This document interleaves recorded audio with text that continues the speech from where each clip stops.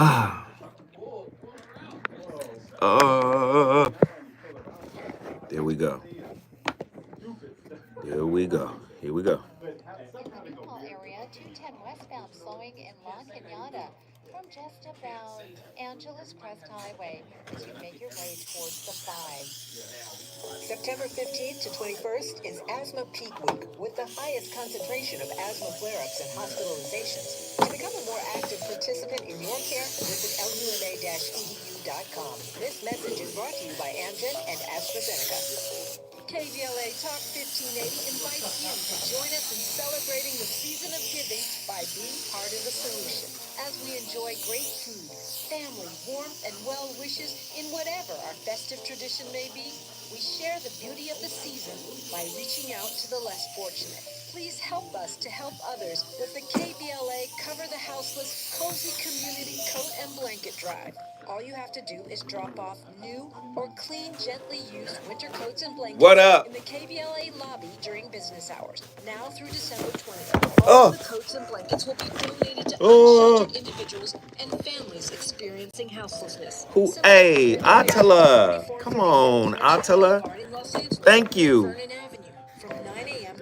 Thank you for that little change. Ain't nothing wrong with a little piece of change. I appreciate it. But to be honest, hell, I owe you that money. Shit. And together, we can cover the unsheltered. Get caught up in the spirit of the season, the spirit of love. Make a difference with your friends at KVLA Talk 1580.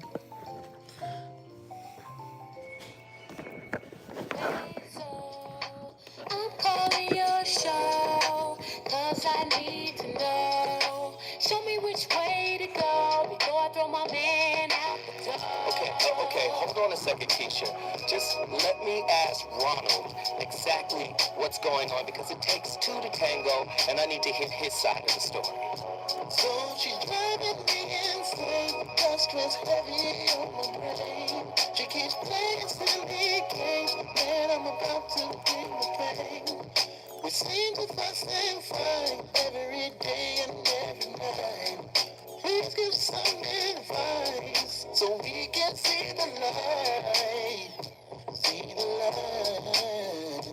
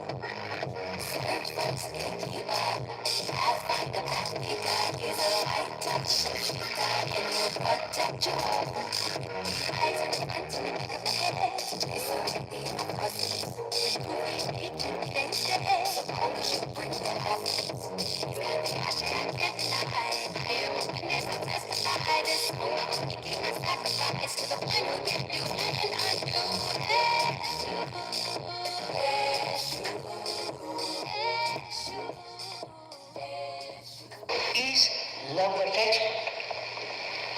Ah, ça c'est la grande question. Where there is attachment, there is anxiety. La peur de perdre, oui. Yeah, there is fear. There is uncertainty. Uncertainty in which there is always the desire to be certain. And is love fear? Is love a sense of uncertainty? Is love a sense of security? Always imply donde a sense of attachment to a person or to something, to an experience. Man, oh man, the Shavits. The voice of reason back in the building.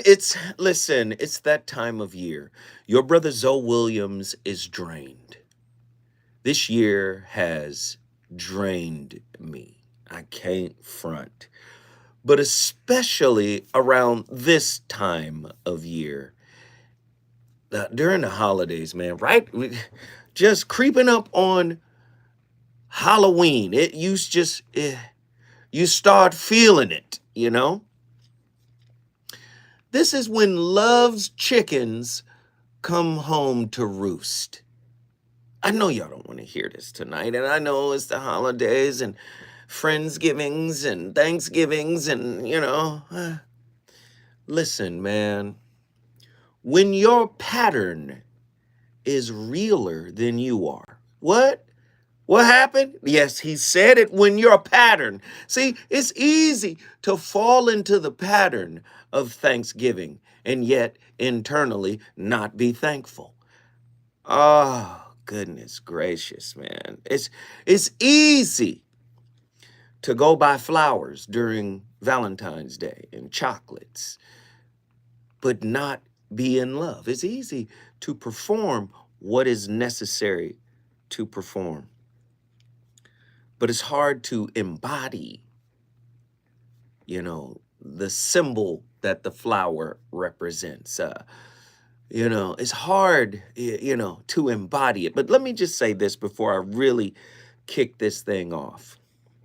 I was supposed to have my god sister here, Dr. Pacoya McCall Robinson. She couldn't make it. I don't want to get into her business, but, one of her clients,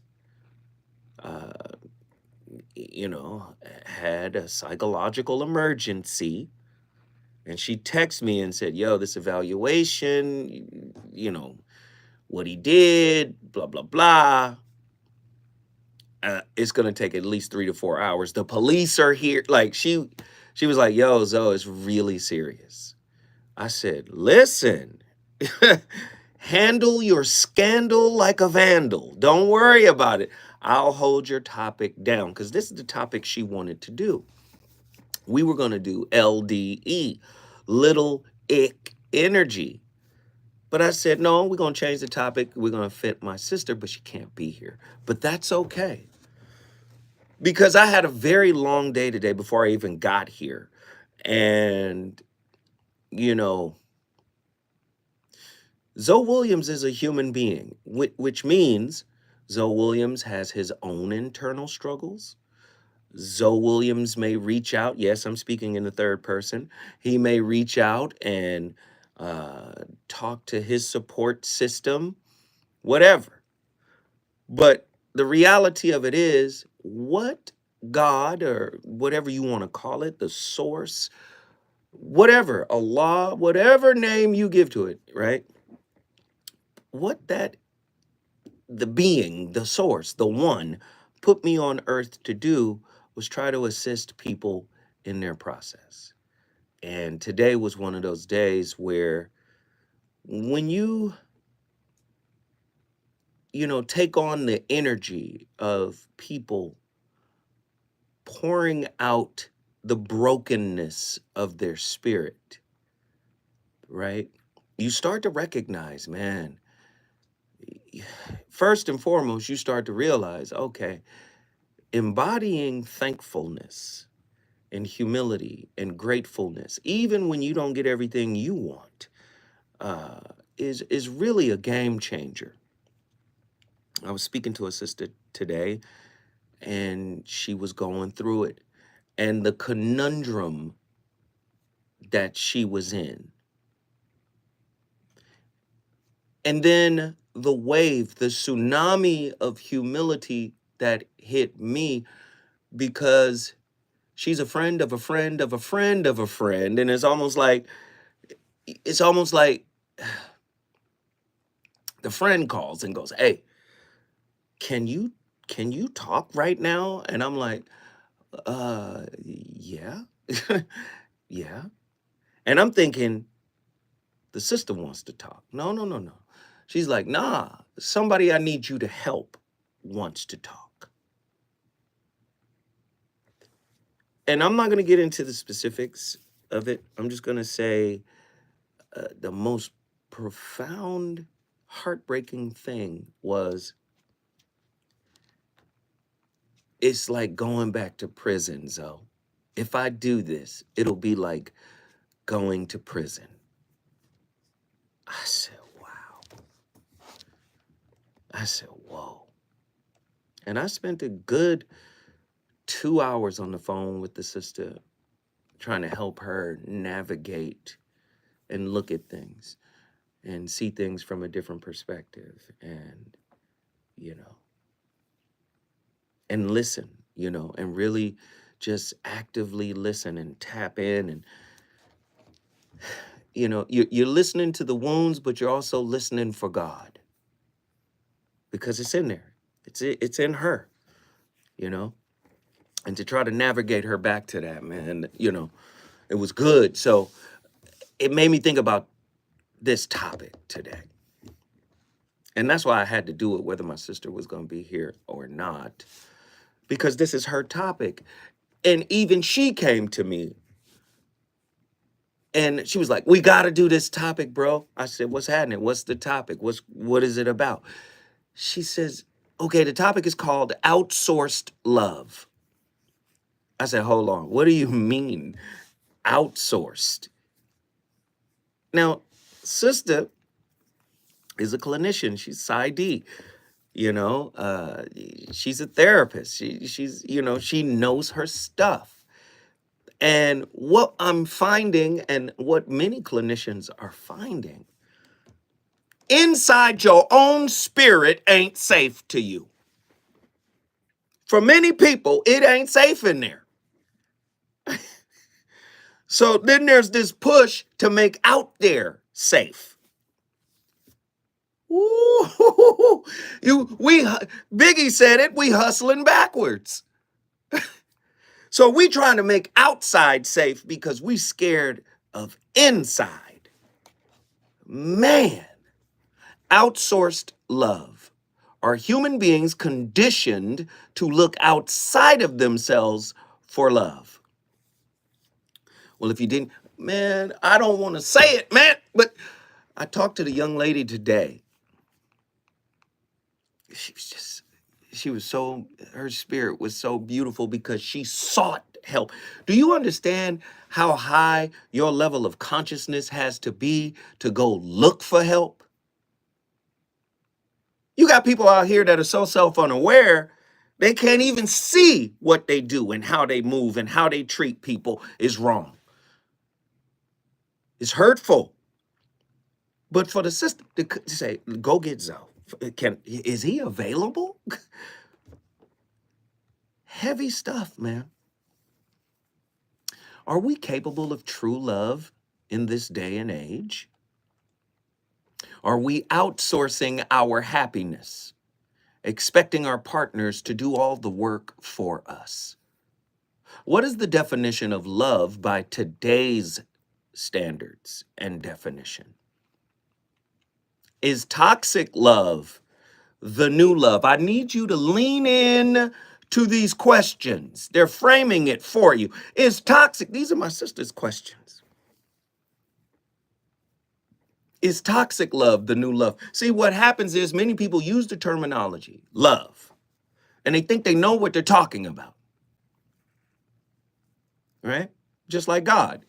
God wouldn't like that. First off, your brain, your mind, and your ability to comprehend is too small to speak on behalf of God. So let's get that off the table. Stop speaking for God. Let's do that.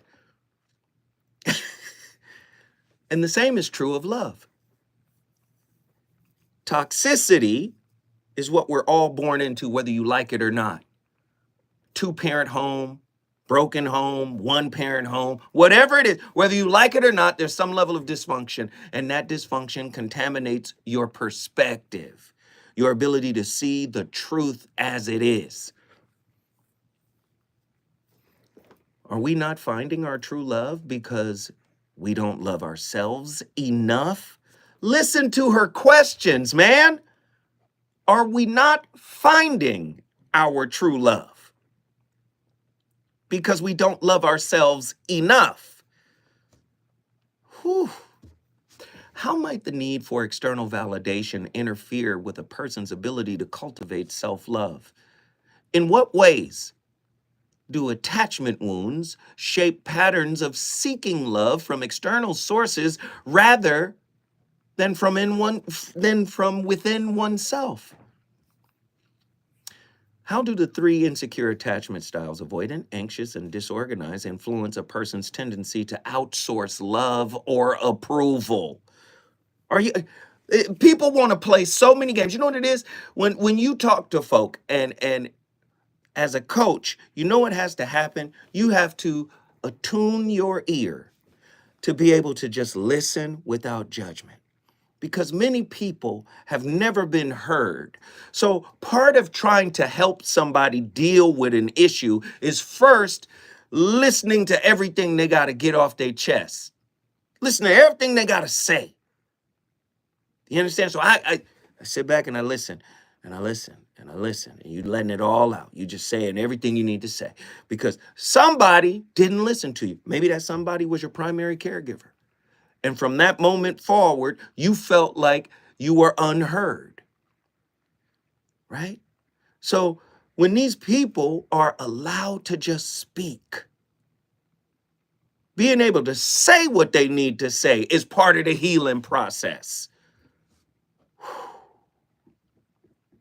Do you understand? We are outsourcing. We outsource listening. Just listen to me, please. Right? You'd rather have somebody that is a third party, that is, what's the term here? It's not going to cost you anything. Like you can't lose anything. It's low stakes. That's the term. It's low stakes. I'm not intimate with this person. Maybe this person can help me. So, you know what? I'm gonna let it all out. These are things you wouldn't let out to yourself, and these are things you wouldn't let out to a significant other for fear of judgment, because judgment is coming from the self and the significant other, which is why you clam up. So that third person, whom is low stakes to you, you could just say it. And that sister talked and talked and talked. Are you outsourcing your happiness? When I come forward, I'm opening up the phone lines and I'm hoping that you guys will be transparent with me tonight. Let's get it.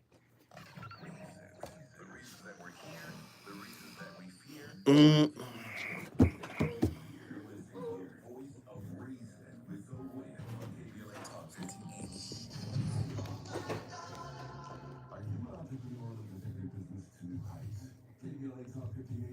Partner in success. Every day, we celebrate and elevate Black-owned businesses across our community. The topics be meaning a lot, and at times seem like it was just discussed. What do you mean, True? Break it down. LACC Radiology Technology Department and Malik Brooks. Your business deserves to be heard. Let KBLA Talk 1580 amplify your voice and connect you with our powerful community listeners. Email smb@kbla1580.com today. That's smb@kbla1580.com. Well, cool. Thank you for hanging out with us for a bit, even though you're not feeling well. We appreciate it. Everybody knows the drill. Everybody knows the routine. There's no reason we should have 35 people in here and just 20 likes. I know you guys are busy. I know it's the holiday. I know. I know. But I'm asking y'all, which park are y'all playing basketball? Hit the like button, please. And if you don't like being asked to do something, then leave. Because here, guess what? We participate. We have a community of people that come through, that support, that lock in, that call the phone lines, that that hits the like buttons, that shares, that hits the super chat or the cash app. We got people who participate. I definitely distract myself to avoid pain. I know I've had a conversation with you, Neek, but if you're still doing it after the conversation, that means you're ignoring the solution too. And that's a big thing. Most of us do that, but we got to train our minds to not do it.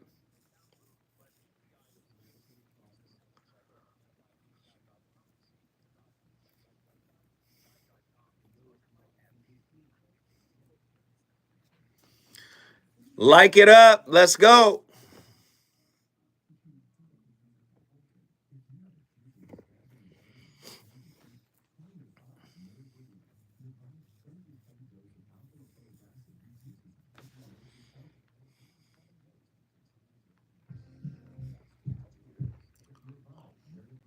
Yes, if you could go to my Cash App, that would be, as my daughter does.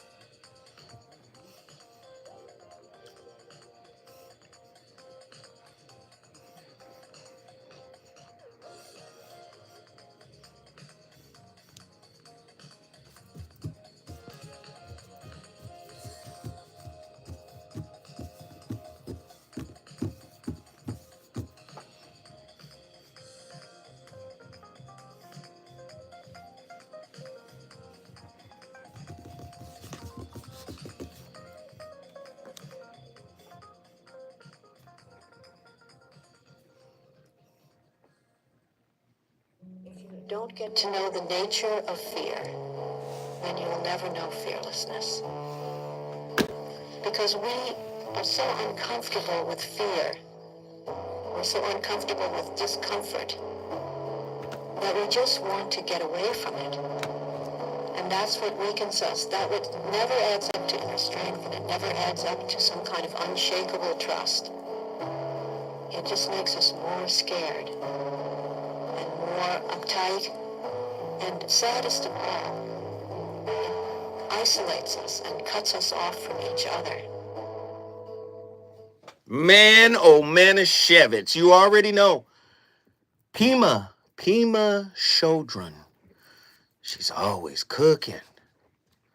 We're all so afraid, terrified to love because there was terror, there was neglect. In some instances, there was abuse in how most of us were raised.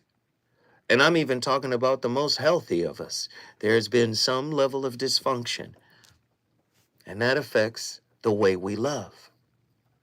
And if we couldn't get it from home in a pure sense, I know you don't believe me. I talked to that sister, man, and it broke my heart talking to that sister. Because there was a revelation that I'm not going to reveal here. She would have to be here, and I'd have to get her permission to do that. But there was such a revelation for her. I never looked at it that way before, brother. And she was able to see very clearly, you know. I can reveal this. I've revealed this piece. You know, she was able to see very clearly that the type of man she likes was like her father. And that's all I'll say about that. In what ways do attachment wounds shape patterns of seeking love from external sources rather than from within oneself? What role does fear of freedom play in an individual's preference for toxic yet familiar relationships? How might societal norms and media reinforce the outsourcing of happiness to romantic relationships? Nobody's here to save you but you. You are a self-messiah. It has always been that. You are a self-messiah. All your partner is a mirror for you to see your messiahship. That's it. That relationship, because everybody has some type of dysfunction, that relationship is your cross. You know how they say everybody's got a cross to bear, right?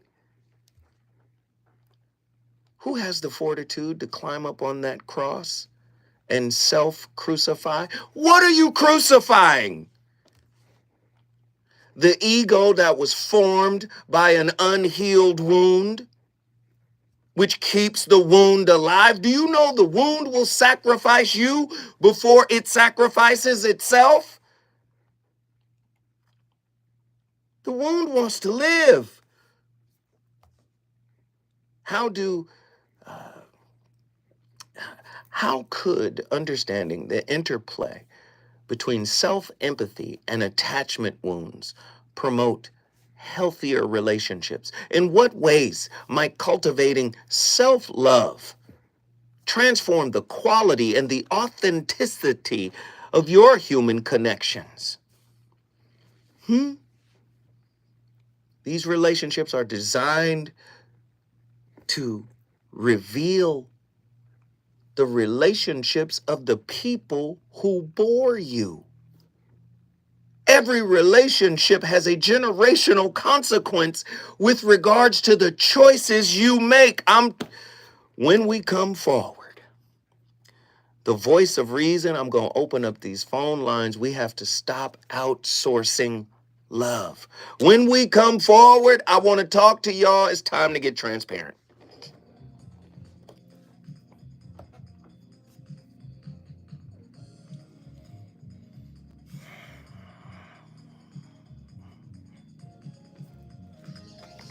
Gael, is that your name? What's up? Hey. Ooh, as long as you, man, Unc, you cooking. As long as you outsource self.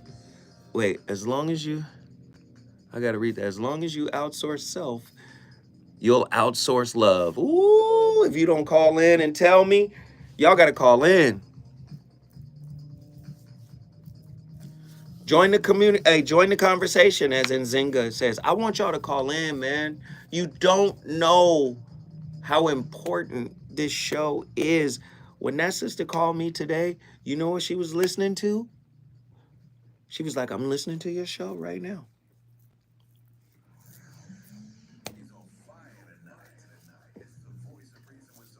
Man.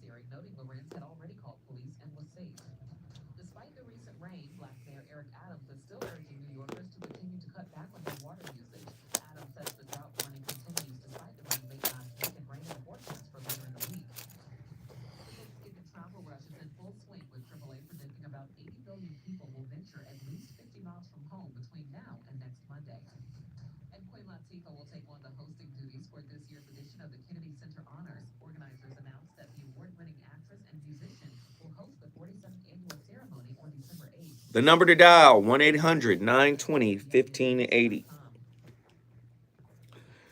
Moderators, please, 1-800-920-1580. Moderators, 1-800-920-1580 is the number to dial. Moderators assemble.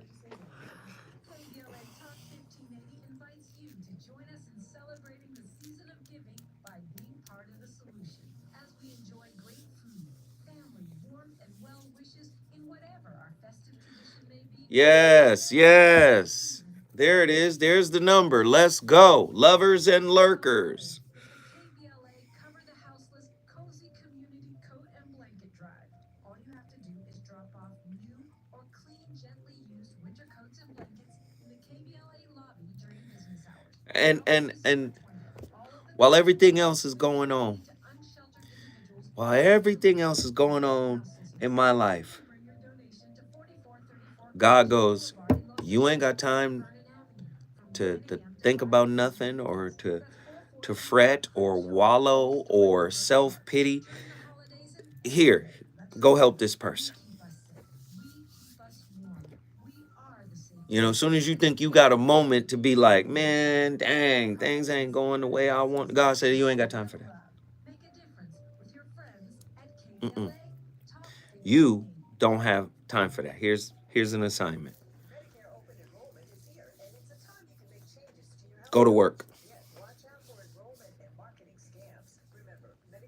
And just understand, you dealing with a human being. So if you don't take care in your work, if you are not empathetic, if you are not present, if you are not aware, you may hurt this person even more than they are already hurting. So you don't have time for self-pity or wallowing in frustration or disappointment. Your next assignment is here. Go to work. KBLA Talk 1580, connecting you with services and solutions. If you need help getting your resume in order, finding job training, or landing a job, we've got three great options for you. First, the City of Los Angeles has workforce centers across the area offering free job support. The California Workforce Development Board can help you with everything from GED prep to vocational training at no cost to you. On the federal level, the Department of Labor's American Job Centers offer a full range of services for job seekers and businesses alike. Visit careeronestop.org, or for more info, just call California's Help Center or visit cwdb.ca.gov or call 916-657-1440. For the City of Los Angeles programs, go to ewdd.lacity.gov or call 213-744-7300. All these services are free to help you get your next job. Oh, and by the way, the Cigar Lounge is having Friendsgiving today. I bought some food. They said they would put me a plate aside because they know I'm going to roll in there at my normal time. They know I'm going to roll in at the normal time. They said, we'll put it aside. They done closed the shop. It's closed. Only for members. So it started about 30 some odd minutes ago. About the same time as the show started. Grab and go status. Now they're going to be open for a little while. I'm going to go in there and post up. See who brought something good. I was on the sides. I got sides. I got spinach, greens, cabbage, green beans, mac and cheese, mashed potatoes. That's what I got. So I had to get platters of that. Or so yeah.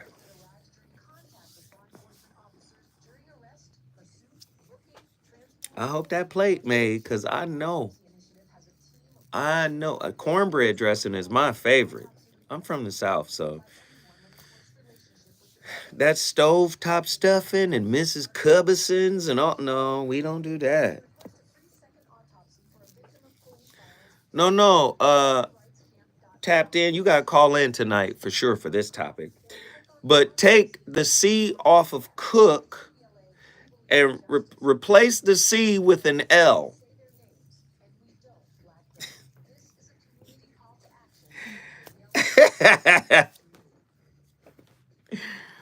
No, I can cook a little bit, but not like my aunt.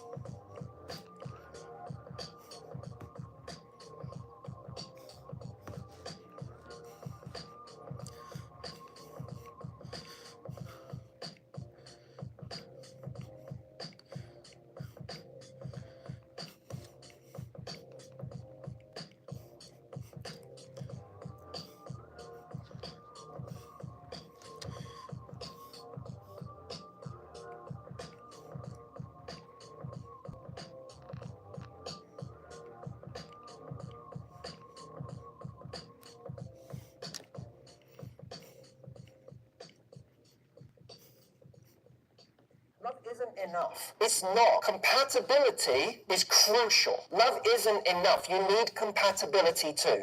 And people throw away their lives on this notion of loving someone so much. I just love them so much, I couldn't let them go. And they were willing to sacrifice their life, their happiness, their soul, eroding their confidence in the process, because when you're not true to yourself and you're not making yourself happy and your needs aren't being met, you start to hate yourself, you resent yourself, and you loathe yourself even more because you can't walk away, and now that makes you feel like you're not strong. Praying, hoping that one day your needs will be met. You are in a relationship. Play it again. Start it all over from the top, because he's saying something that's. Just play it again, and then I'll give you my breakdown.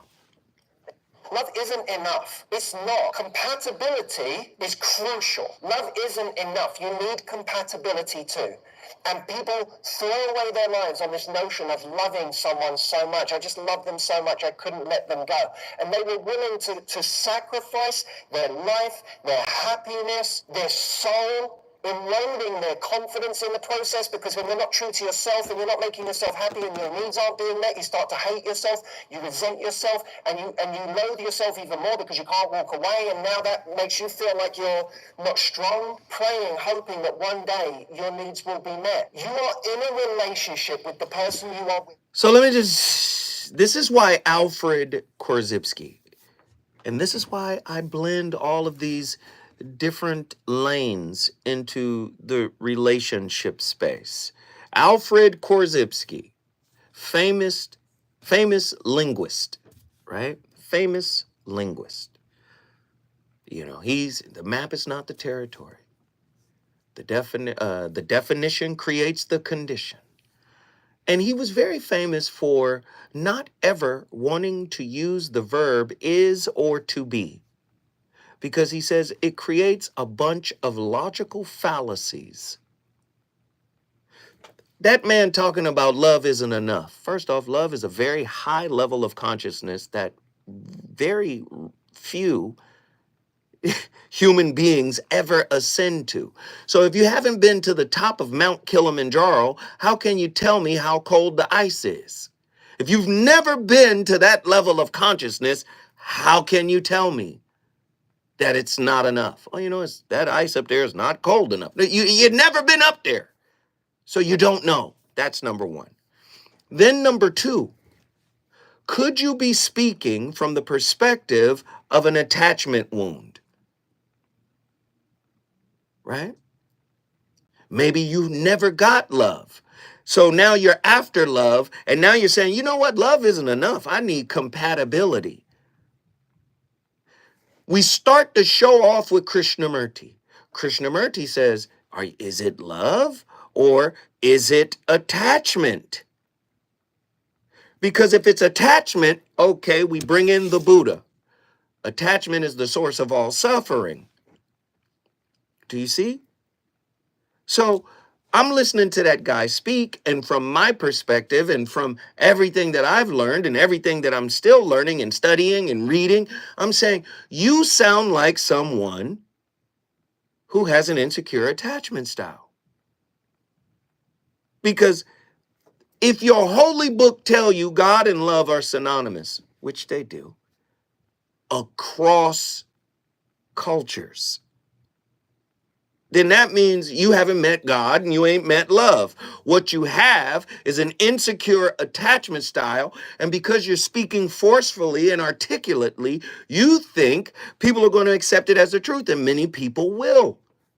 But this is why Alfred Korzybski, and this is why many theoretical physicists understood why Alfred Korzybski and many other linguists said, you know what, we need a different type of language to describe the reality that we're seeing at the subatomic level and at the subnuclear level, because our language doesn't fit what's happening at this level of consciousness, at this level of reality. Our mathematics can barely be translated into any linguistic form. Do you see? When you're dealing with spirituality, spirituality defies articulation. This is why the great Hindu priests and siddhis and sadhus would say God is ineffable. God, there are no words for God. So we have to be very careful when we start pushing narratives that love isn't enough. No, you can't see love through unreconciled wounds. You got to start the process of healing and cultivating self-love, right? Our guy Ross Rossenberg has already told us self-love deficient disorder, which he considers to be an addiction that you don't love yourself so badly that you will lock into a narcissist and try to hold on to them. Do you see? You're outsourcing happiness. You're outsourcing love. And that is probably one of the most dangerous things anybody could ever do. But our society trains us to look outward, right? The origins of outsourced love. From birth, humans rely on caregivers for love, safety, and validation. For those with secure attachments, these needs evolve into a balanced interplay of self-sufficiency and interdependence. However, insecure attachment styles, avoidant, anxious, and disorganized, often disrupt this balance. Attachment theorists such as John Bowlby and Mary Ainsworth describe how inconsistent or harmful caregiving imprints certain patterns on individuals that causes them to go out and seek validation. Ugh. Glenn R. Schiraldi, PhD, in his book, he highlights that individuals raised with conditional love frequently internalize the belief that they must earn affection, leading them to outsource love to partners for societal approval.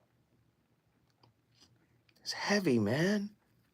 A lot of people are struggling with this. I can't love you more than you love yourself. I shouldn't be able to love you more than you love yourself. And this is not a narcissistic thing. What I'm saying is the wellspring from love that I feel from you must be the love that you have for you.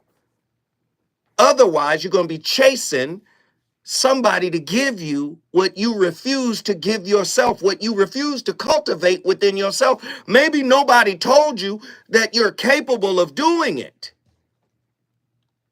but you are.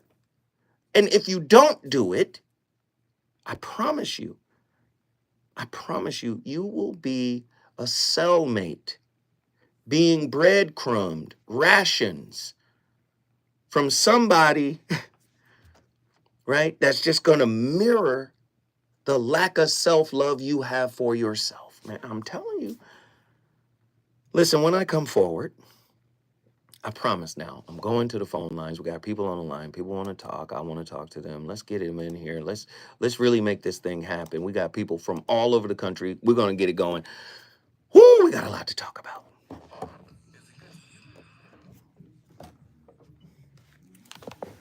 I know y'all ready for Thanksgiving. Every time I look down, y'all talking about butter, Mrs. Cubberson's.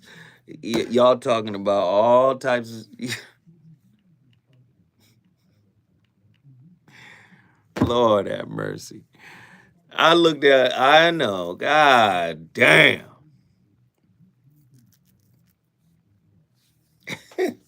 I look down, motherfuckers is talking about gravy.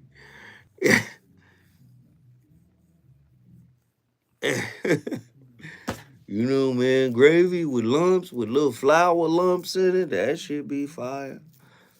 I look down, that's what niggas is talking about. I can't stand y'all. You made us hungry. Come on.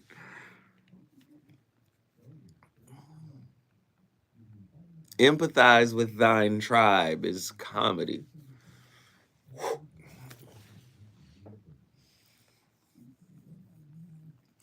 I got a chance to see my granddaughter today.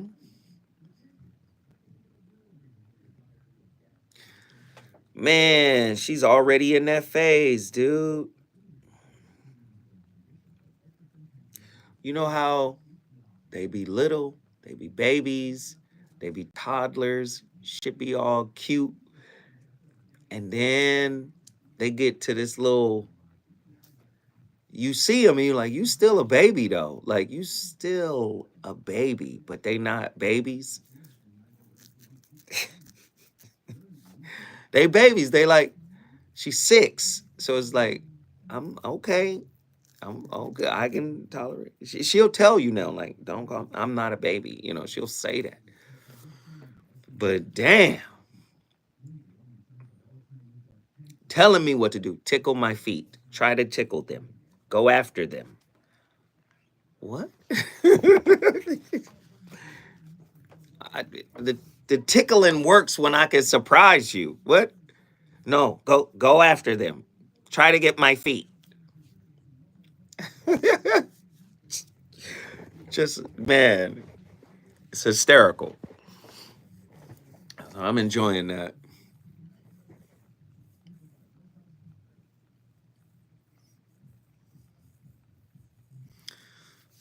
Yeah, time is just moving fast. She was playing the piano. I was like, what the? I said, when did she learn how to play the piano? Grandmother was like, yeah, we taught her that yesterday. Yesterday, and she playing it? Oh, okay, fuck it. It's real cool.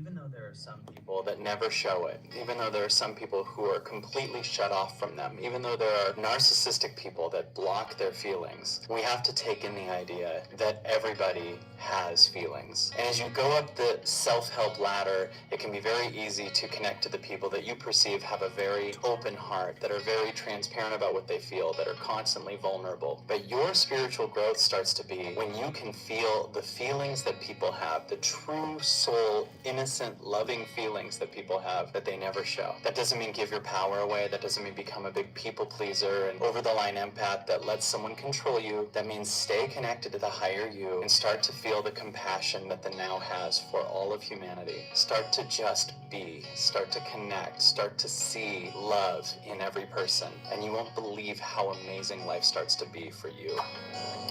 Woo! Oh God, it's so hard being in a relationship with another human being.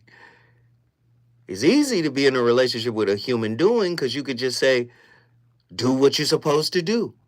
Do what your gender role says you're supposed to do, and we'll be good. No, no, no, no, no. The moment you start being a human being, people's feathers get ruffled. We got callers on the line. We have an amazing topic tonight.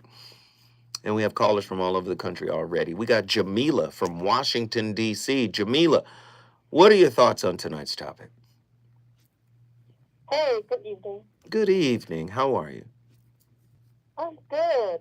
So I wanted to call in because this topic really resonated with me with where I am in my life currently. Mm-hmm. I recently got out of a 3-year relationship, and I've been in a relationship for pretty much my entire adult life.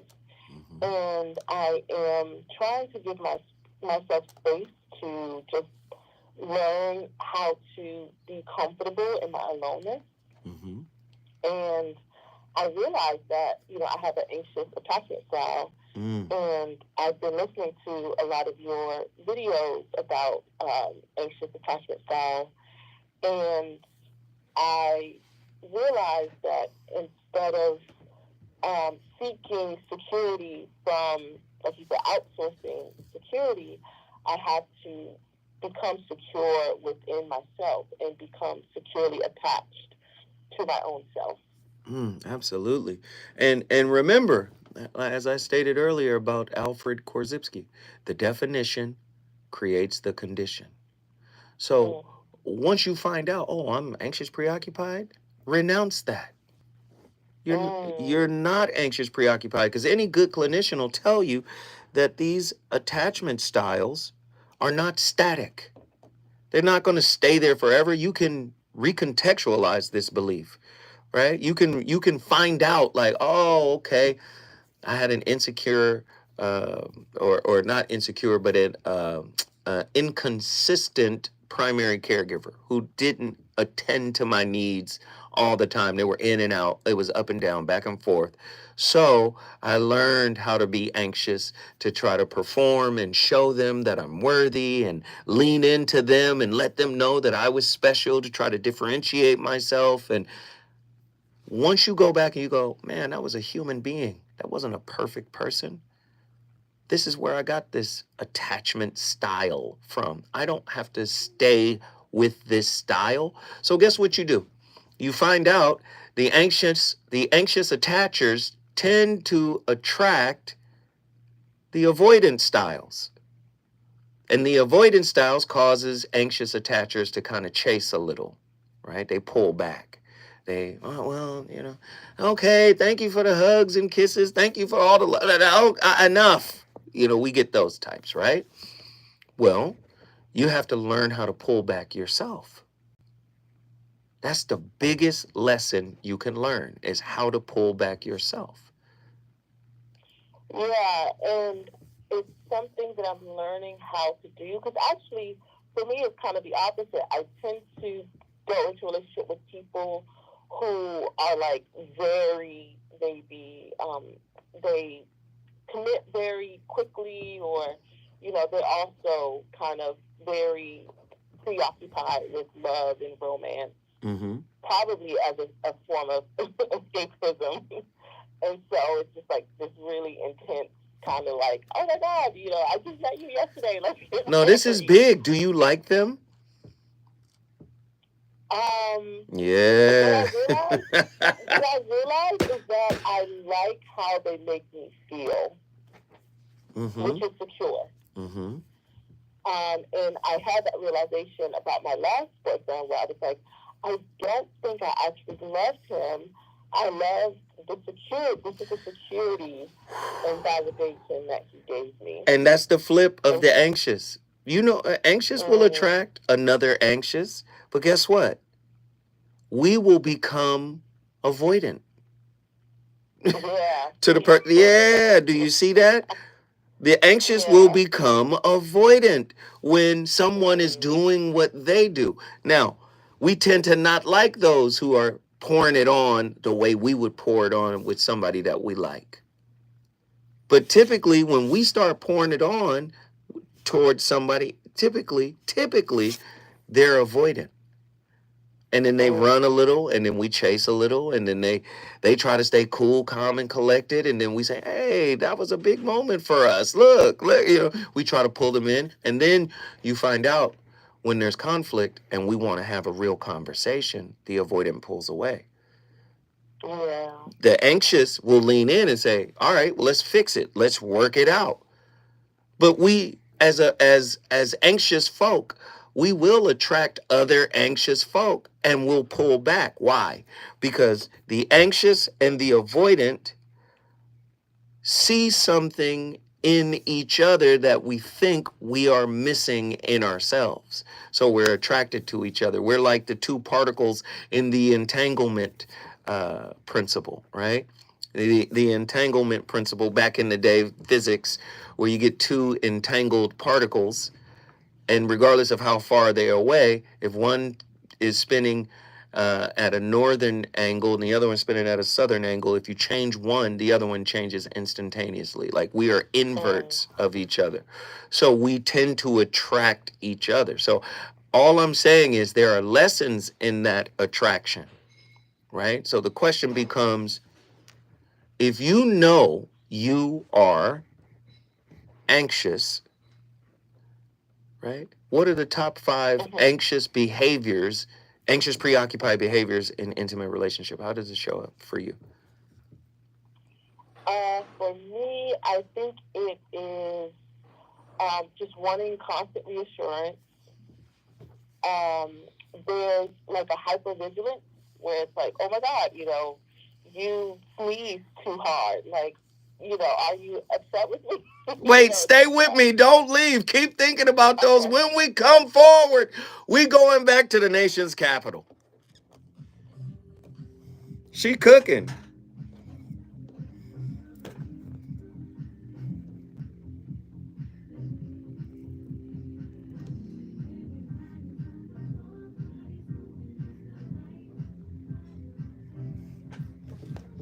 That first hour, up out of here.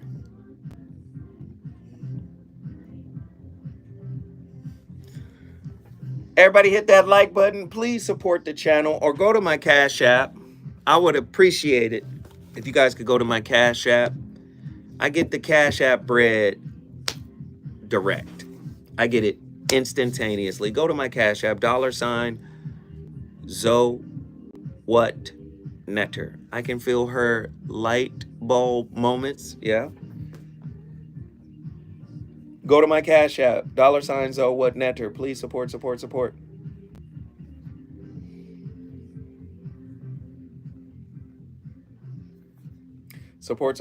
guys. Oh, we on fire tonight, hustle. Everybody hit that like button, support the best way you know how. This is a great topic. Even with my sister not here, she would have killed too. You know, me and my sister, we're thinking about doing some series together. Hey, Reggie, thank you, brother. Thank you, Reggie. Thank you, Reggie. Everybody thank Reggie, man. Reggie, Pastor John, Attila, Nzinga, Nazarene X, who got some crazy name now, Hustle Habit, Mimi. Everybody that's in here right now, I'm thanking everybody. If I didn't remember your name, just know I'm old and I be forgetting. What do you mean you didn't do nothing? You put we got 1999 in here because of you, Attila. What's the subject and purpose of this conversation, may I ask? Thanks, Reggie. The moderators will tell you exactly what we doing in here, good brother. It's a great show, man. We in here cooking. This is a radio station, right? You're watching the behind the scenes during the commercial breaks. Radio station owned by Tavis Smiley.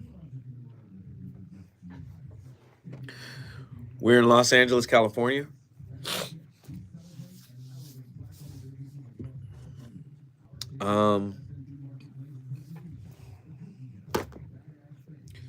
It's a talk station.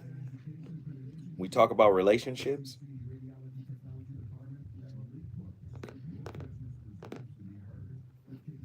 Tonight's topic is how we outsource love.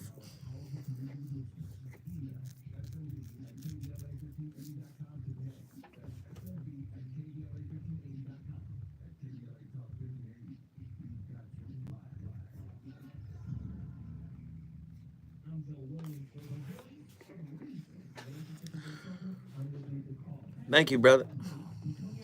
Does black love still exist? What are your bedroom turnoffs? Fantasies and fetishes. Financial infidelity. I'm dating a fat person. Are they worth the wait? Trust me, this gonna be crazy. How about the heavy snack? The child wasn't his, and you still had to pay child support. It's a very heated topic. How is that right? Mama's baby, daddy's maybe. I just have so many questions I want to ask you. I was like, is this okay? Roll up there? I'm pregnant. Betrayal has been committed. hit you with the bad pipes routine. How does he maintain his pomposity? He likes it when it pinches my nip. Why can't you open up, brother? I'm a karate man. Karate man moves on the inside. They don't show their weaknesses. Yeah. How do you rate women so well? Zoe Williams, Reason and accountability. the voice of reason. I think we a lot of times forget that our woman is a woman, and they communicate differently. They receive information differently. So we got to tailor the message in order for it to be heard. But we don't focus on the fact that we can tailor the message for it to be heard. We focus on the fact, hey, I'm right. This is what you need to be doing. You're not doing this. Yeah. But again, you can easily get the results you want from that woman if you just analyzed how she best receives information and then give it to her that way. Right? And that's what leadership is. It's not about, like again, going back to the football analogy, I could be a coach with a hell of a game plan. Right? Great plays. I'm calling great plays in the third. But if I don't get my players to buy into what it is that I'm doing, if I'm not able to relay it in a way that y'all gonna understand it and be just as invested into it as I am, it don't matter how great my play calling is. It don't matter how great the game plan is. So I think a lot of men get pressed on, man, I'm right. She should be able to just do it based on me being right. And that's not how women communicate. In my opinion, both thought processes are manipulative. Coaches are the best salesmen. They get you to buy into something. You shouldn't have to get your woman to buy into nothing. Be the truth, fam. The other piece that he gave his thought process as an alternative. Better, it is better than just because I'm a man, I'm right. But get her to buy in. It sounded like manipulation. The reality of it is, brother, when you start your healing process, you become attractive to a different ilk of women.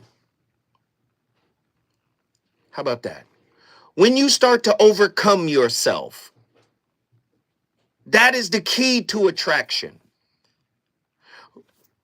But as you grow spiritually, you understand that one of those pitfalls is attachment. The Buddha said it. Attachment is the source of suffering. Dukkha. The opposite of suffering is sukha. It's freedom, peace, grace, ease, love, happiness, smoothness. You can't get there until you get right with self. Ain't no man gotta, here's the game plan, and you gotta understand, you guys mix spirituality with sociology. The game plan is how we move in society. But the game plan, the social game rule, should be secondary to spiritual dominion over self. And when you tap into your spirit, this is the difference between someone who is God-fearing and someone who is God-realized. Right? Your shadow keeps you in the dark, i.e. the unconscious, the subconscious. When the shadow is unreconciled, all you have is social game rules. I got the money, that means I'm right. We don't need a game plan when you start to elevate in consciousness. Now, and I'm talking about for the relationship, for spirituality.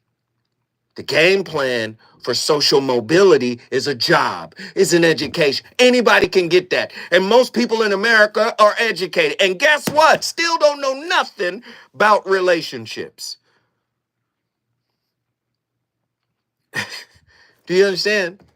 So I'm listening to the brother, no disrespect to what the brother is saying, but he's talking about she gonna follow you, once you learn how to say it. Listen, coaches are the greatest manipulators. I know I can't talk to this player the way I talk to that player. I know I might need to cuss this player out because that's how he's motivated. This other player is internally motivated, so all I gotta do is say something slick and slight. That's manipulation. That's influence. I gotta just say something. That other kid scored 4 more points than you, and he's considered the best guard in this league.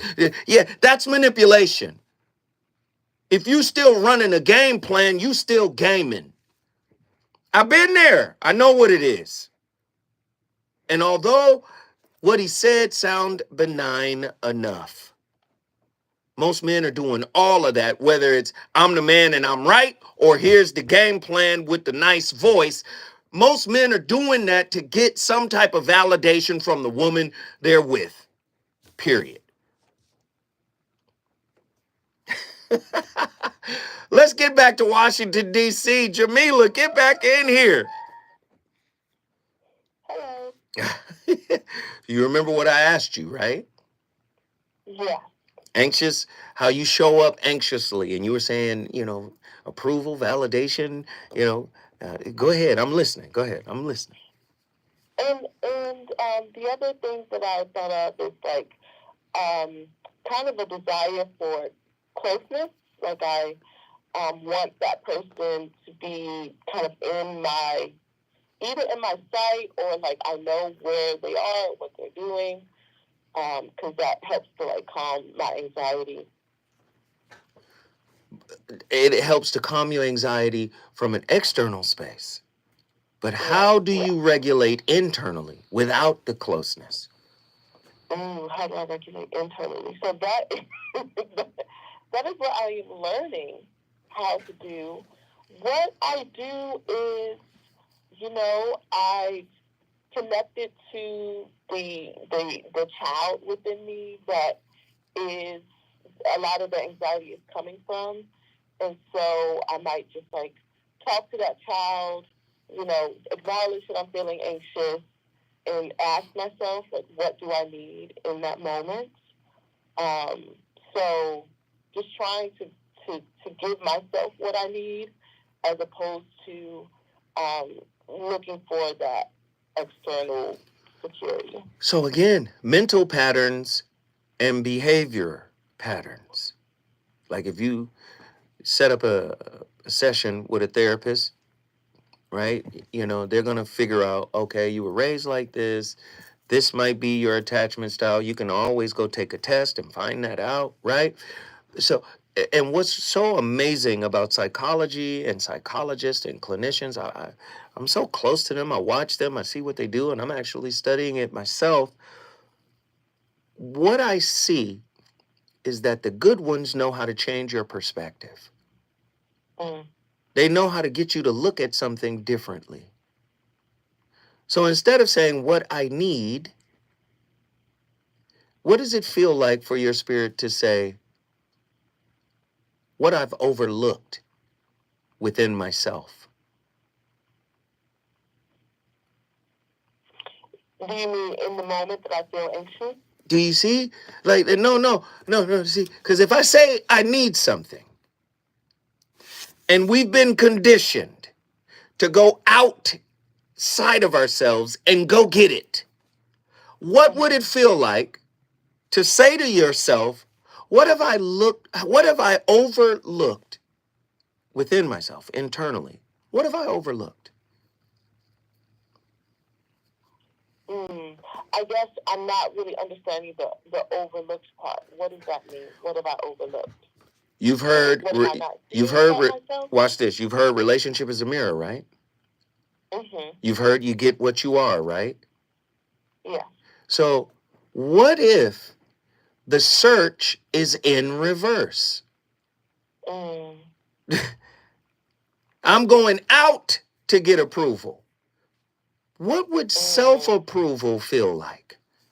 Okay, yeah. I'm going to get acknowledgement. What would self-acknowledgement feel like? See, it's easy to frame it when we talking about the law of attraction, and then they say, I am. And anything that comes after I am, because I am is such a powerful vibration. We get our Michael Beckwith on, right?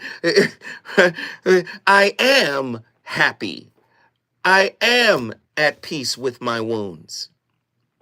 Do you see? I am enough.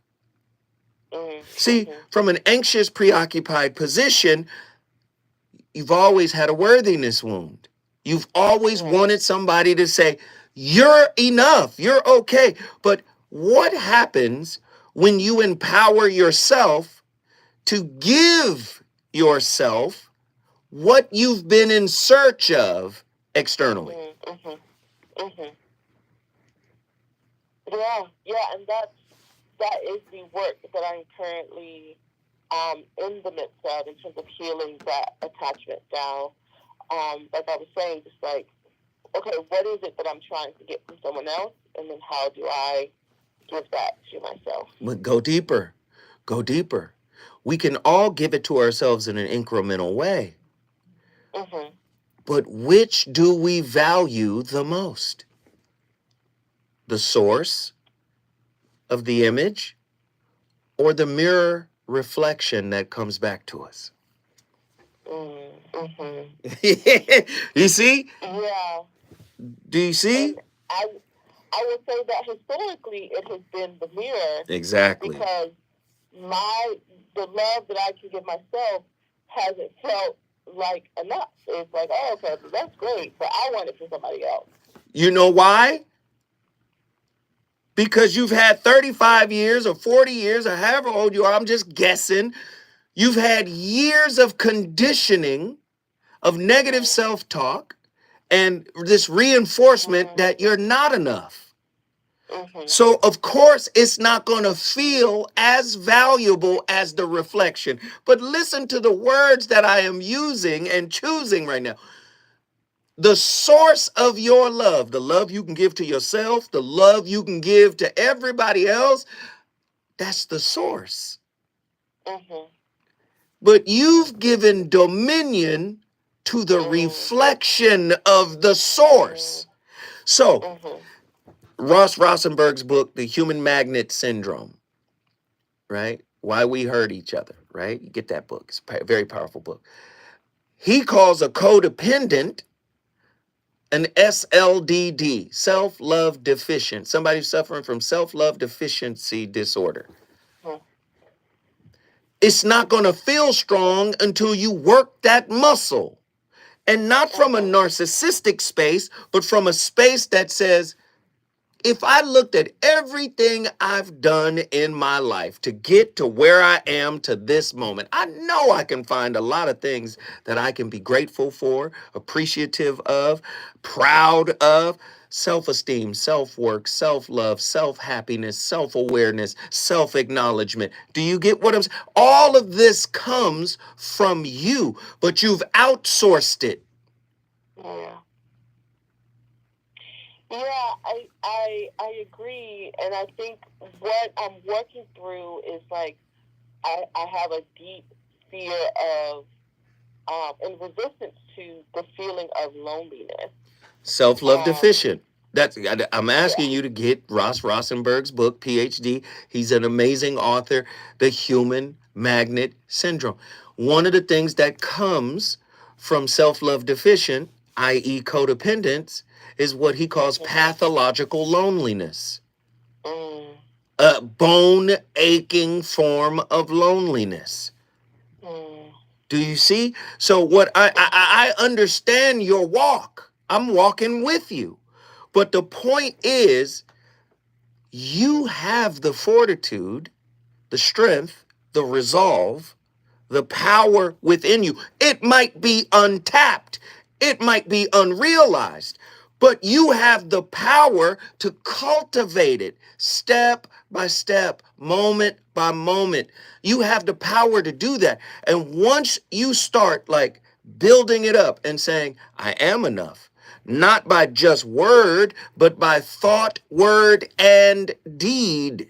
How I treat myself, the type of boundaries I create. These boundaries will not use any mortar from unhealed wounds that will build in a type of fragility in those boundaries. Because all somebody got to do is show up and give you what your wound has always demanded, and that boundary will fall down. You know you've had some boundaries crossed before. Can we be honest?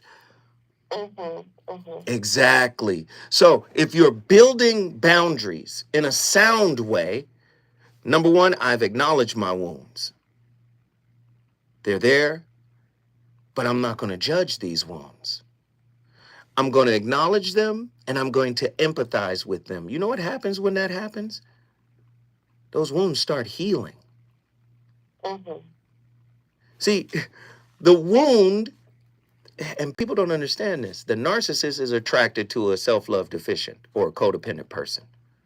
He's attracted to them. They're attracted to you like moth to the flame. They want you, but guess what? When you start to love yourself, and if you've ever been in a relationship with one, what happens? They start to resent you. They start to get frustrated. They start to get upset because whatever you were giving them, whatever supply you were giving them, you start to cut it off, right? Mm-hmm. Well, if you're not doing the healing work, mindfulness, meditation, embracing your wounds, right? Embracing them without judgment. Like you said earlier, I'm talking to the inner child, embracing it with love, with empathy, self-empathy, right? You're doing all of this. You know what happens? You realize, man, my wounds used to have an appetite much like the narcissistic person that I would attract. Mm-hmm. So I'm really no different than a narcissist. I just use empathy to get what I want. I use closeness and connection and kindness to get what I want, but I'm still using it. Do you see? Right. And manipulating. Yeah. And manipulating to get it. Mm-hmm. You ain't got to do that no more when you really love yourself.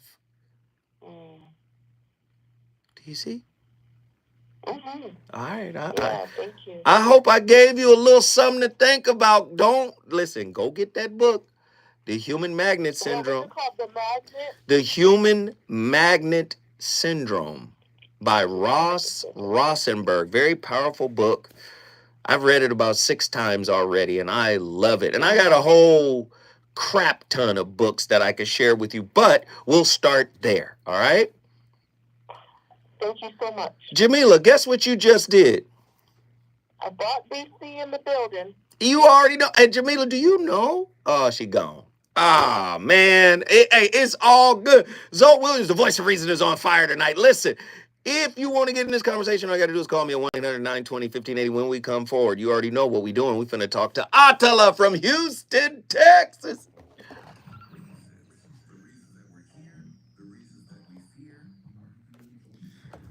Unc, you need to what? What happened? What happened? Oh, Nzinga, thank you. Thank you, Nzinga. Did everybody thank Nzinga for her support? Theo, what's up? What's good, bro?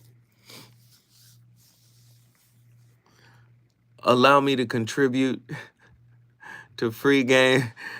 What did it? Listen, did any of that make sense? I hope some of that made sense. Right? Did any of it make sense?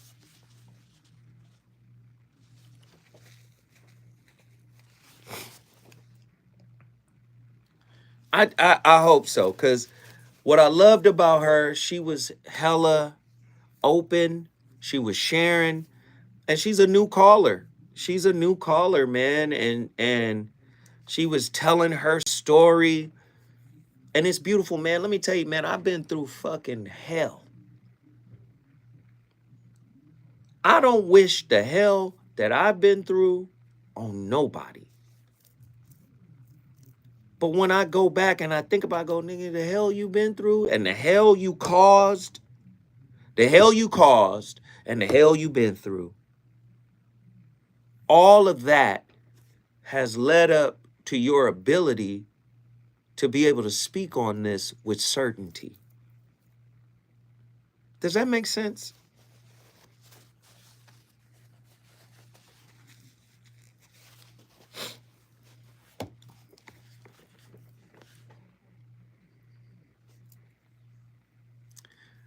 Mac, thank you. Thank you. Thank you. Oh, man, thank you guys.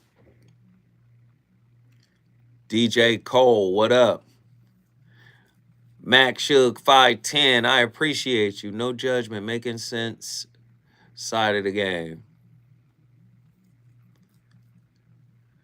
There's value in perspective. Yes.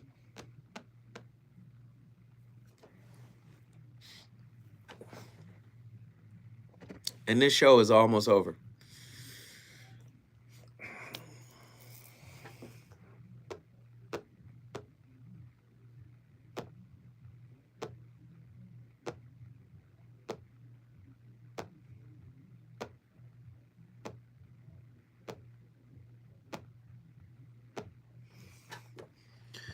Nell Fox 333, thank you.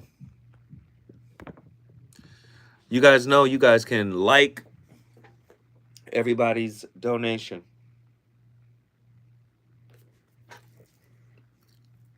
B Basie, I just sent a Cash App, Zoe. You made perfect sense. Thank you, B. I appreciate you. Thank you. I appreciate any and everyone, any and everybody. Thank you guys for being able to contribute, for being able to share. Thank you so much. I appreciate it.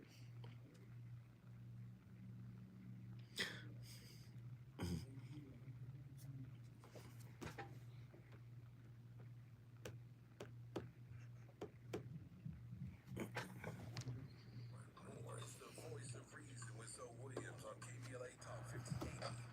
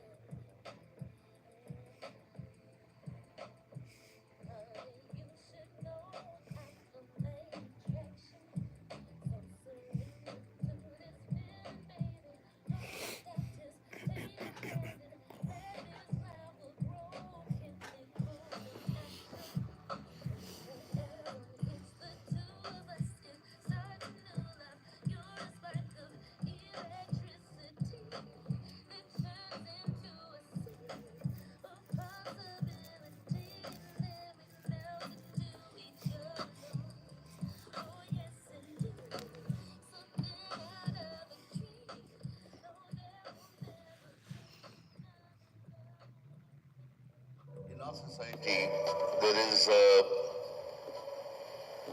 bias towards skill, against skill. We try and believe that being a babu in a railway station is probably a better job than being a retail employee. I think that's a huge need of the country at this point of time, and I've heard that the Principal Secretary of Skills of Maharashtra is here.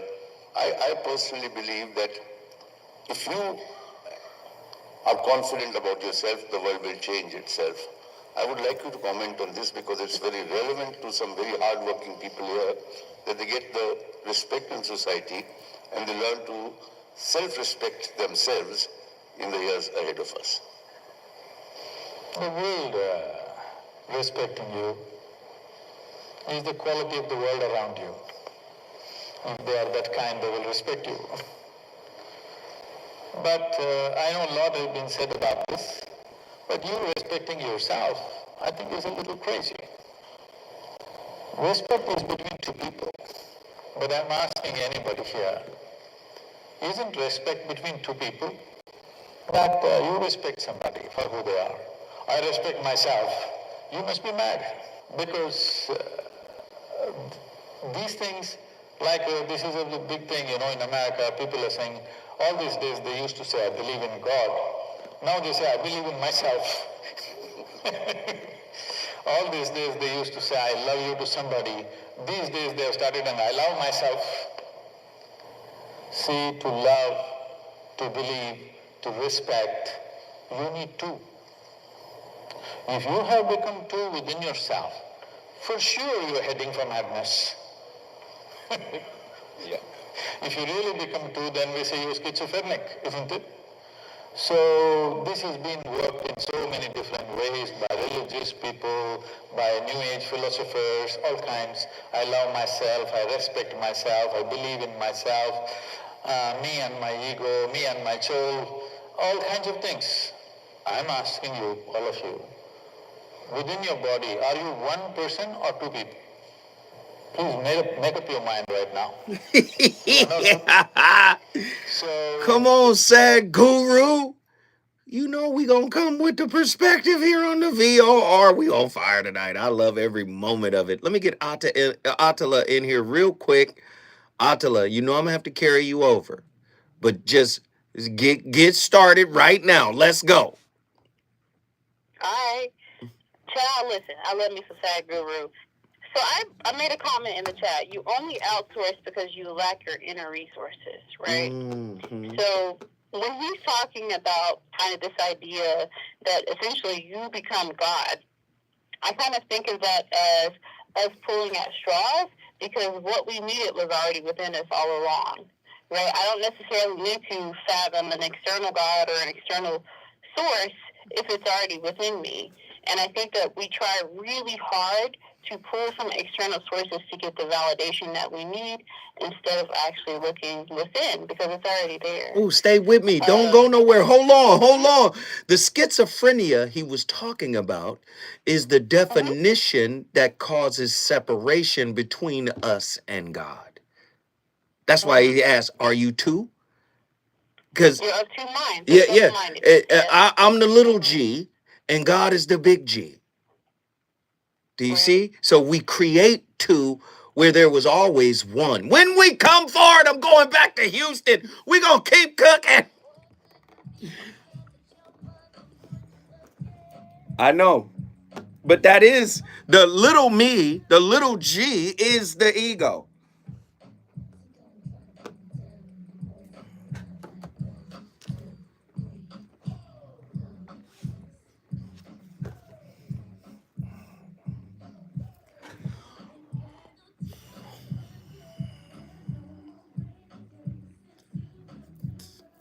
Celeste, thank you. Sent a cash app, needed this show. Thank you.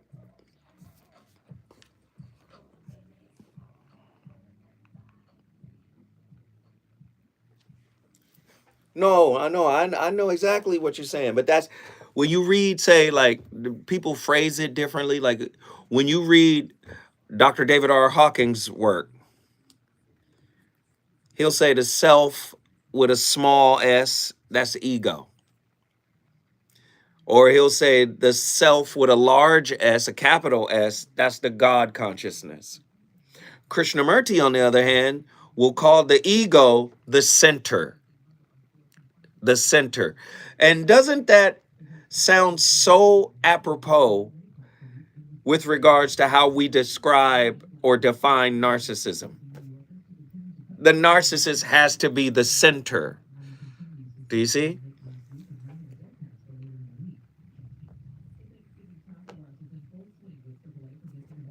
Not spiritual self. He's talking about, because you got to remember he's using, and I'm not trying to be, semantics or whatever. I'm just saying the context in which he writes it, it's within that consciousness grid. So when he talks about the self with the capital S, he's talking about the top of the consciousness grid, which represents an ineffable one source, God, foundational kind of reality. That's what he's talking about. So not necessarily a spiritual self, because remember, spirit means personality. That's why most Christians don't know the difference between a spirit and a soul. In Arabic, spirit would be nefs, nefsika, nephesh, right? Hebrew, nephesh. It means personality. It's a self, so to speak. Soul, or ruhu, right? Or ruach, that is a piece of God, the essence of God. So in the Quran, it talks about God is making Adam out of black mud. He said, then he blew into his nostrils a piece of himself, a ruhu Allah. The soul of Allah was blown into him. Do you see?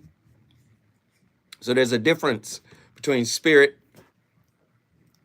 and you understand what I'm trying to say? Soul.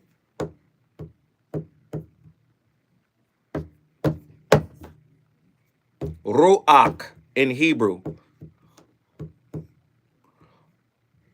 Ruhu in Arabic.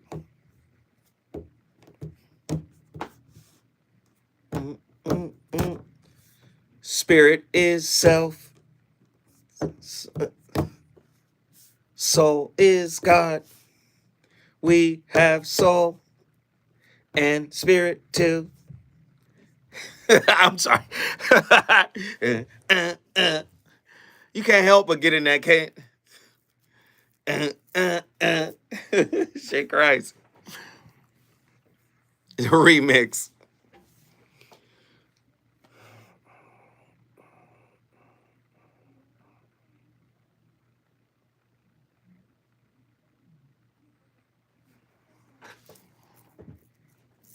Nell Fox 333 everything.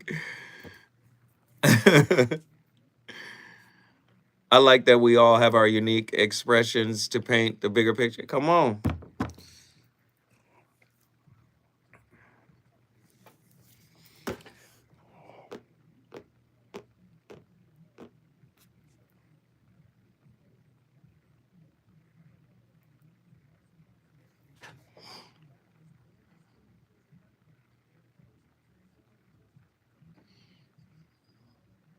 The dopeness is here. I like that.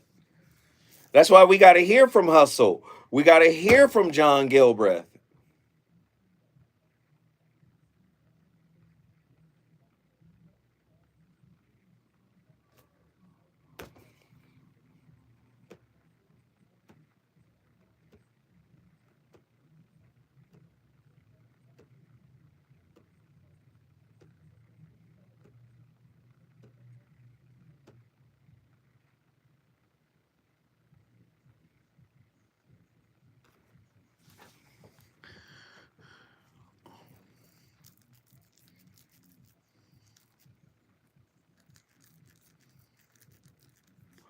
Too late in the game over here doing laundry.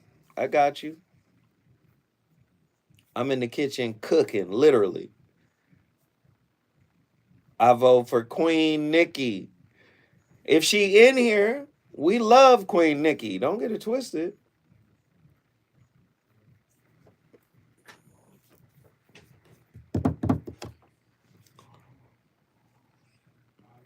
Live in 1 minute.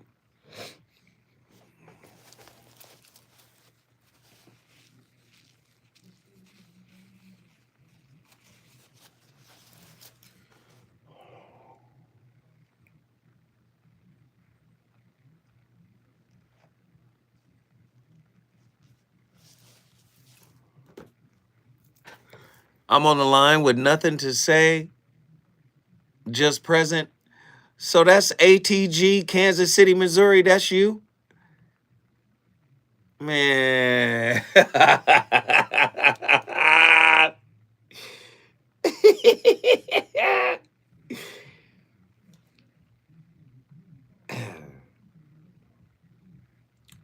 Crispy honey chicken veggies. Okay.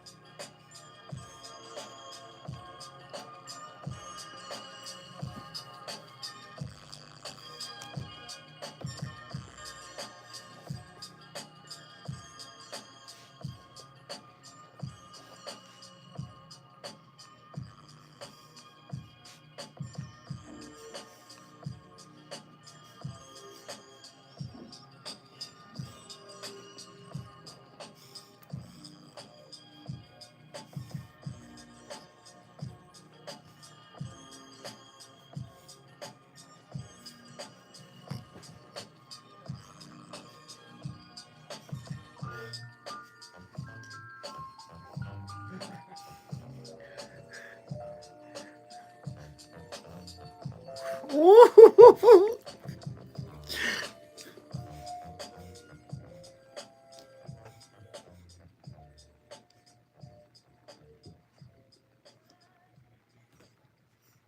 you still think that relationships are a exchange of value between two people? Of course. And what is that exchange of value? Because when I read that, it kind of sounds like gold digging or something.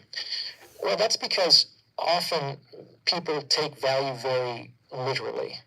And especially economics, that word just is associated very strongly with money in the collective imagination. I think in one of the footnotes, I use a definition from von Mises from the Austrian School of Economics, and he basically defines economics as the study of human behavior in respect to means and with respect to ends and scarce means that could be applied in other ways. The easiest way to explain the value is that people don't move towards people they want nothing to do with. They have better things to do, especially when they have these scarce resources like time, like energy, like attention, and that they want things from other people. If I, at a distance, can see it's like going shopping. I can look at a distance, there's nothing in that store that I want. I don't have to go. I don't even have to hear anymore from Mr. Taraban, Orion Taraban. I love his work, but he's made my point 1,000 times over. He made Jashana Johnson's point right there. Y'all remember, I always bring this up. Remember, Jashana Johnson said it right here on The Voice of Reason. Them love languages come out of some type of scarcity. He used an economic example, right? With a psychological explanation. Listen, a broke soul is attracted to a wealthy one. That's all. People are trying to get something, always trying to get something. But when you realize, right, that everything that you were trying to get is lying dormant in your own spirit, man, he explained that right there based on economics. You know, people want value, and people will fake like they have value in order to dupe somebody that has more value into, like the man said in the earlier clip, buying into what they're selling. Come on, y'all.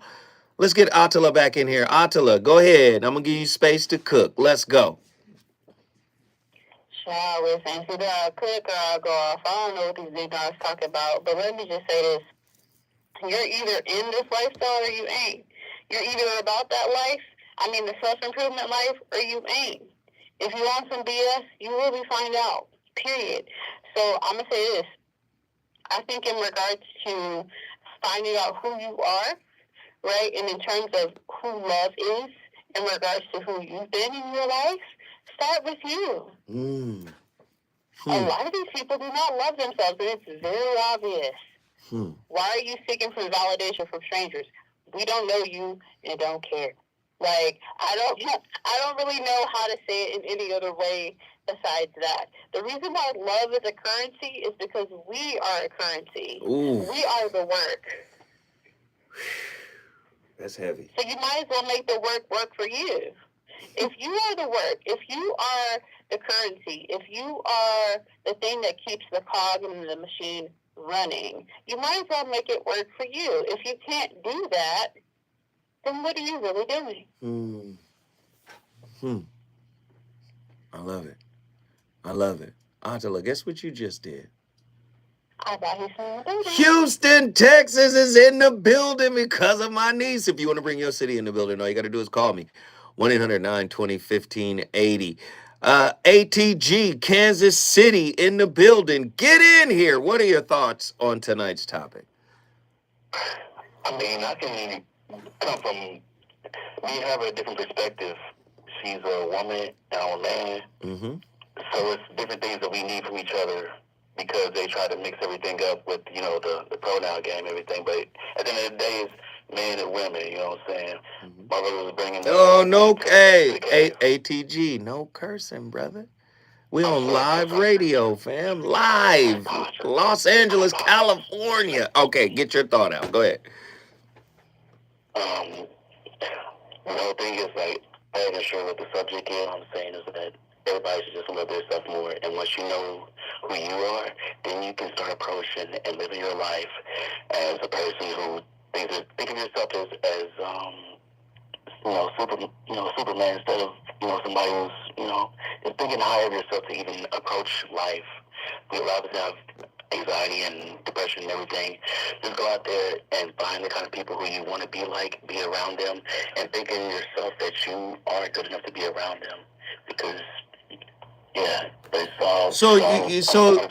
No, I hear what you're saying, ATG. So you basically saying like go with a script that basically says to yourself, instead of having negative self-talk, you have a positive self-talk script where you're telling yourself, hey, I deserve to be here. I'm enough to be here, and after being here for a short period of time, I'm going to thrive here. Is that what you're telling me? Yes, sir. That's what I'm telling you. Because I know it's a different game out there. It's the West Coast. It's L.A. It's that's like the New York of the West Side. You know, you gotta know what you got your own swag. You gotta know what you're doing. And somebody told me that's very important. It's like know what you want to do. Know your thing. Have your thing in concrete and say, hey, this is what I'm going to do. Because when you get out there, you don't know what you're doing. And you don't know who you are. You don't know who you want to be. Then you'll get attracted to anything that's attractive enough to think that you can latch onto it. But you have to be self-sufficient in yourself. Nah, you saying something that's really deep here, and I like it. Listen, when you everything you're saying, we could apply that to Kobe Bryant. Right. Kobe Bryant starts off trying to be like Mike.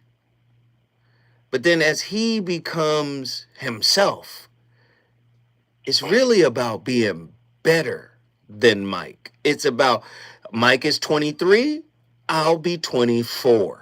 Like, it's really about, but no, understand the thought process. We're talking about the mentality. Don't get petty. We're talking about the mentality.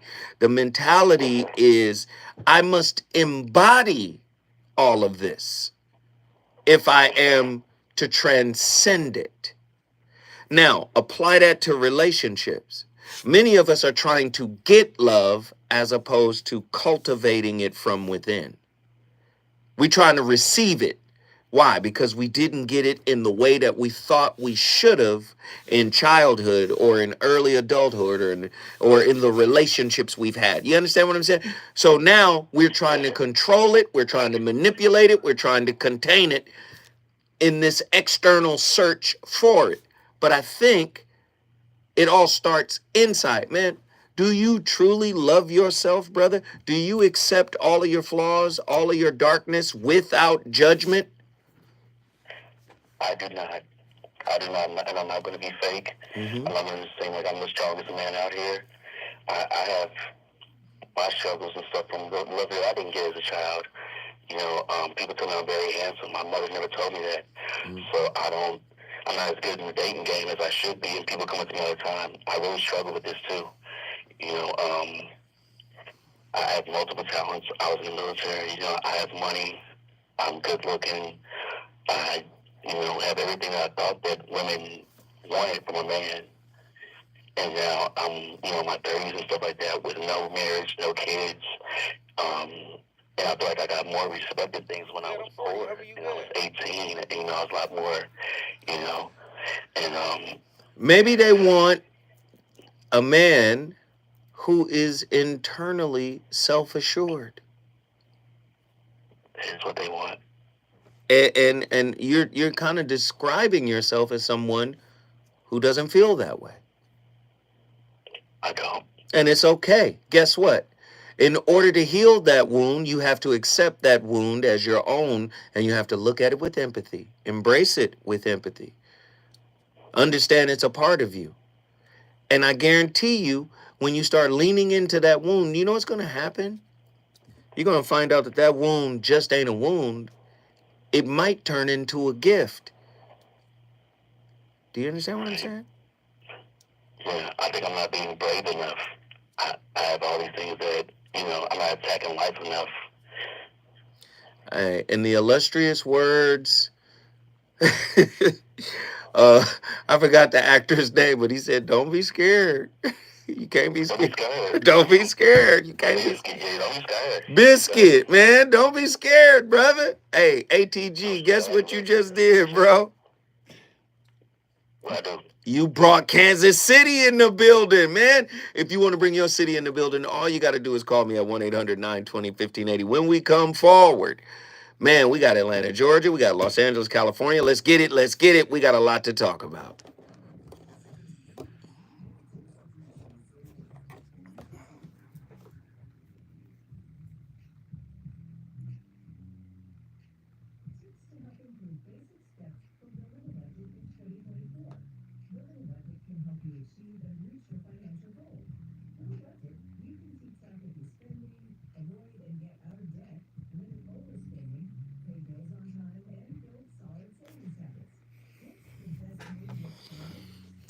Boom, boom, boom.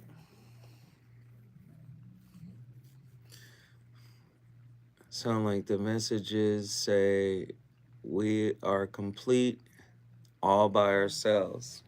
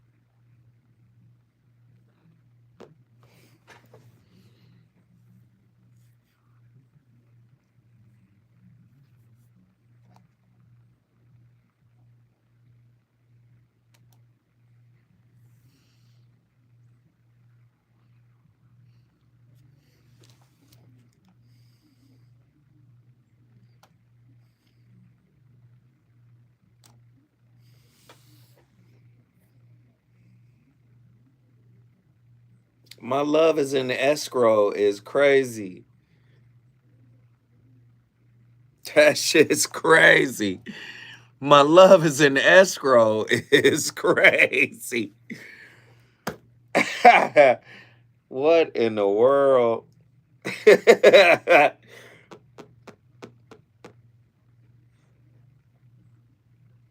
Hey, this show flew once again. Yeah, hustle's diabolical. Yeah. That was good.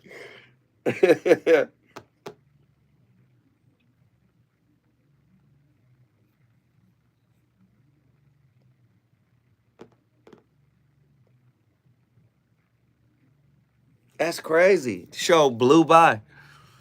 Tomorrow is LDE. LDE.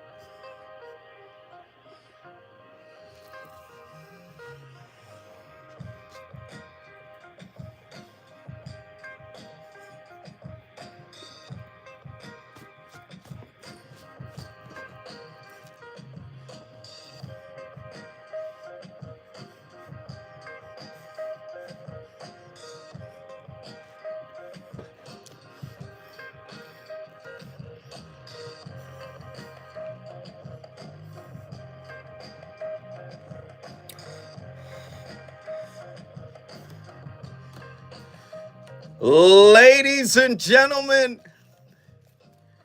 the voice of reason and his playlist is out of control. Andy, you got to tell him what that is. Odyssey Beach Drive. Come on. Woo! Ladies and gentlemen, the VOR, man, we've been on fire all night tonight. We still got callers, man. People want to talk about this. Great topic, man. People are really tapped in, and I love it. I love it. I love it. I love it. Nazarene X, you've been on hold for a long time, my brother, my nephew. Please get in here, man. What are your thoughts on tonight's topic? Peace, man. If we had more time, I tell Andy try to run that intro. Let's create a track on that. You ain't got it, right? That's gonna vibe. Nice. But no, I really had nothing. You know, I wanted to tap in, just amplify however I could, just the vein of what your presence is doing out here, man. We appreciate you. We love you. And we're glad that you're the one out here showing up every day as well, bearing yourself before the masses, remaining vulnerable, transparent, and willing to help. So Man. it's like you're not ignorant about yourself or circumstances, none of that, man. So That's Thanksgiving whatever right there. that commodification lens is, I believe your spirit being in alignment with your purpose, knowing that the wealth is of such, like you just remaining spiritually wealthy, you're getting, since we're saying the intangibles, like things beyond just monetary exchange. Things can be commoditized, but like how water is a commodity, your voice, your perspective, your intelligence, your growth, your story, that is the currency. That is actually what's out here paying us regardless. So you deserve the support. Thank you, brother. Thank you, man. And Andy said that's Thanksgiving.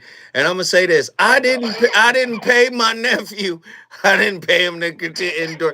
Hey, man, you brought Atlanta, Georgia, in the building. I appreciate you, man. Here we go. Vanetta, Los Angeles, California. Vanetta Colbert. What up, Vanetta? What are your thoughts on tonight's topic? Hi, Joe. Hey. Hi, So what do you... way of Atlanta, Georgia, too. Yes. So what did you think of tonight's topic? It was a great topic. Mm-hmm. I just want to say, I hope this is on topic. I'm not sure, but a lot of times I find myself in uncomfortable spaces where I overthink. And when I overthink, I talk myself out of certain things that I'm trying to accomplish, when if I didn't think so much and just go ahead and do it, once I do it, it's really easy. It's really not that difficult. Oh, girl, you okay? We all suffer with a little bit of overthinking. I wish you didn't think so much. It's okay to think. Ain't nothing wrong with it, but I understand sometimes, paralysis by way of analysis. You overthink, and next thing you know, you miss the opportunity. And sometimes opportunity will come up in a moment that is spontaneous and you're not ready. And sometimes you just got to get ready. But it's okay if you're not ready. How about that? That makes sense. It's okay to not be ready all the time. Come on, you okay. And have you missed any... Go ahead. It seems like I'm always in uncomfortable spaces, and I don't know, it's not... Describe the uncomfortable space. Tell me about that. I'm always approached by things that pretty much I've never really done before. That's okay. I mean, that's called opportunity. Listen, you're going to be approached by situations that you have no experience in. So what? Don't judge it. Sit back, especially if it's not dangerous. Sit back and observe it. See what it has to reveal to you. You may be pleasantly surprised, but it sounds like you're a little scared.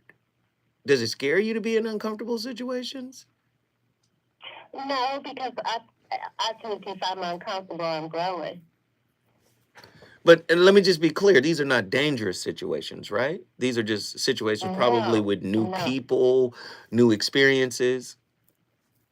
Yes. Are you talking about the train ride? Now, I knew it. Vanetta, stop playing. No, Vanetta, listen, I'm not finna play with you tonight, Vanetta. I'm not. Get on that damn train. You gonna enjoy it, child. Now, just stop it, Vanetta. I knew it. I knew you was playing. It's new, and I don't want to do it, and I'm in another state. Lord have mercy. Let me just drive. So get in the car and drive me there, boy.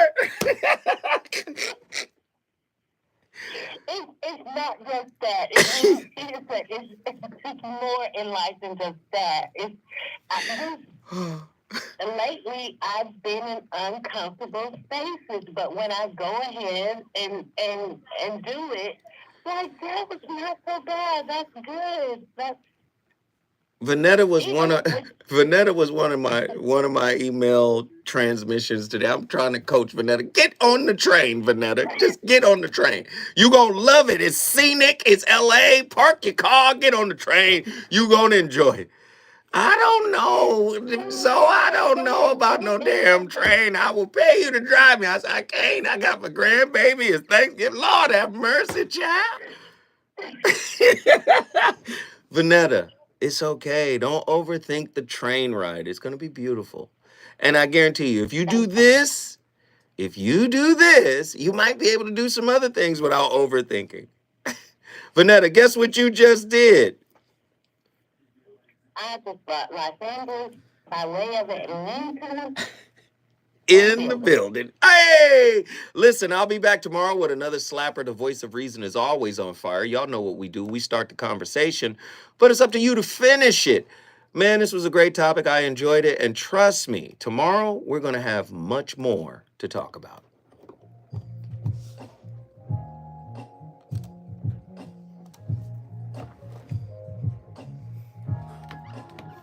Woo! What's this? I gave all of these. What's this one? Woo! Man, we got slappers on this list. This list different. Got some new slappers.